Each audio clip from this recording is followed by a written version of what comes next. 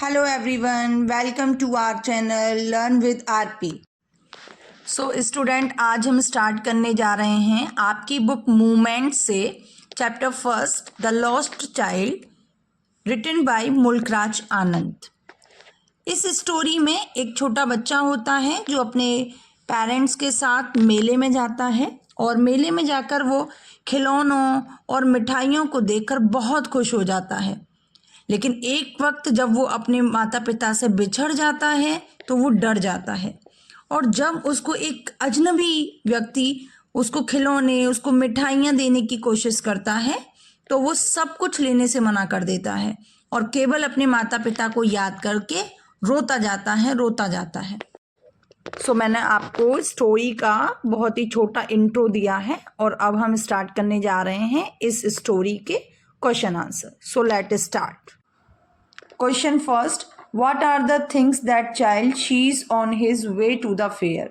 बच्चे को मेले के रास्ते में क्या क्या चीज़ें दिखाई देती हैं। एंड वाई डज ही लग बिहाइंड, और वो पीछे क्यों रह जाता है।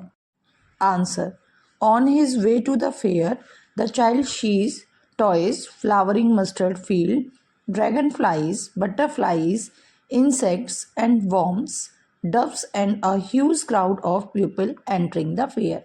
मेले में जाते समय बच्चा टॉयज देखता है, फूलों से भरे सरसों के खेत देखता है, ड्रैगन फ्लाइज देखता है, बटरफ्लाइज देखता है, छोटे छोटे इंसेक्ट देखता है, वॉर्म्स देखता है, डव्स देखता है और मेले में जाती हुई एक विशाल भीड़ को देखता है।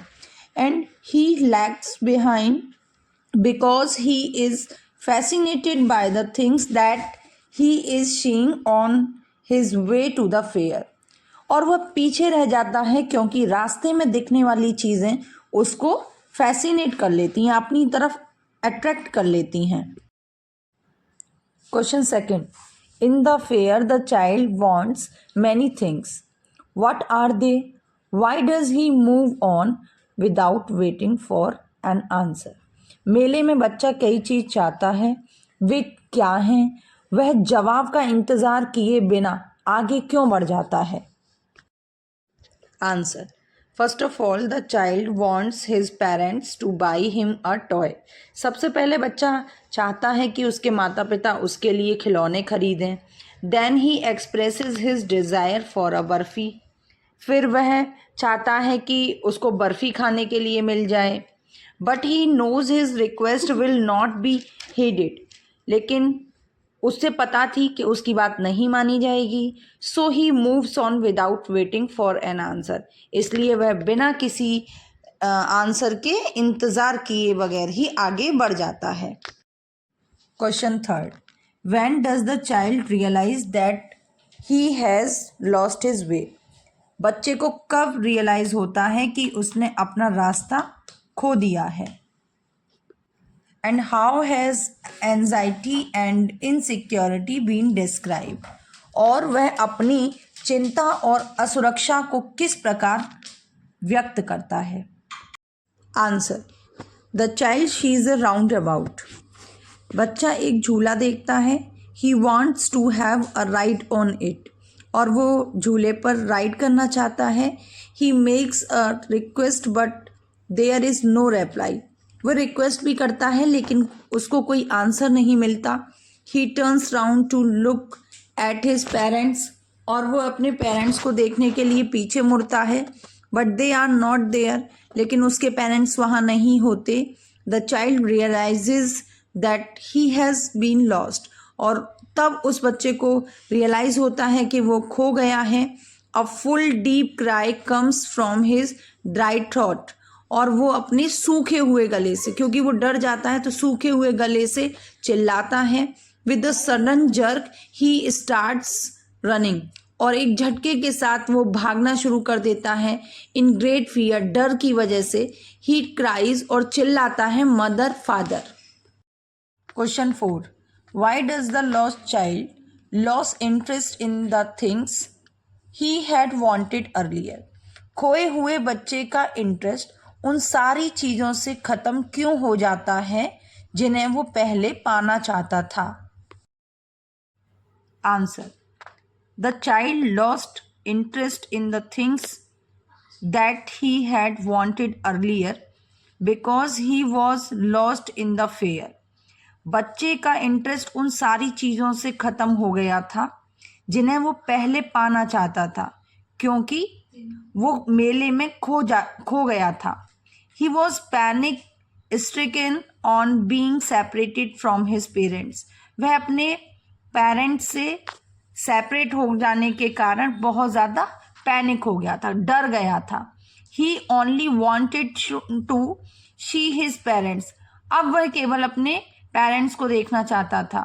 All the things that attracted him in the fair no longer appealed to him. जो चीज़ें उसको अट्रैक्ट कर रही थी मेले में पहले, अब वो चीज़ उसके लिए कोई मायने नहीं रखती थी. अब उसे कुछ भी चीज़ पसंद नहीं आ रही थी. Because he wanted only one thing, that was to be with his parents. अब केवल वो एक ही चीज चाहता था और वे थे उसके parents. Question 5th. What do you think happens in the end? Does the child find his parents?